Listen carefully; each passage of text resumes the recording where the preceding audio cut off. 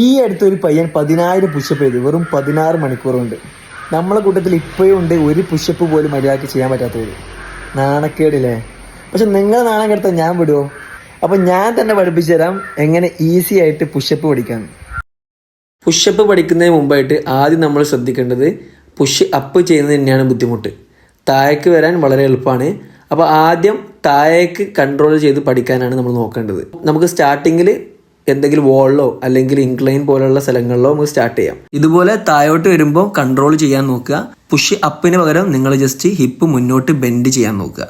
Once അത് easy ആയിട്ട് ചെയ്യാൻ പറ്റുമെങ്കിൽ ഇതുപോലെ 1 ലെഗ് ഫ്രണ്ടിലേക്ക് വെച്ച് ഇൻക്ലൈൻ പുഷപ്പ് പ്രാക്ടീസ് ചെയ്യാം. പിന്നെ നെക്സ്റ്റ് സ്റ്റെപ്പ് നമുക്ക് നോർമൽ ഇൻക്ലൈൻ പുഷപ്പ്, അതായത് നിങ്ങൾ 2 ലെഗും ബാക്കിൽ വെച്ച് ഇതുപോലെ ചെയ്യാൻ നോക്കുക. പിന്നെ പതുക്കെ ഇതുപോലെ നിങ്ങൾ ഹൈറ്റ് കുറച്ചുകൊണ്ട് വരിക. ഫ്ലോറിലേക്ക് വരുമ്പോൾ ഞാൻ പറഞ്ഞ പോലെ താഴോട്ട് കൺട്രോൾ ചെയ്ത് ഫുൾ ബോഡി റിലാക്സ് ചെയ്ത് സ്ട്രെച്ചിലേക്ക് പോവുക.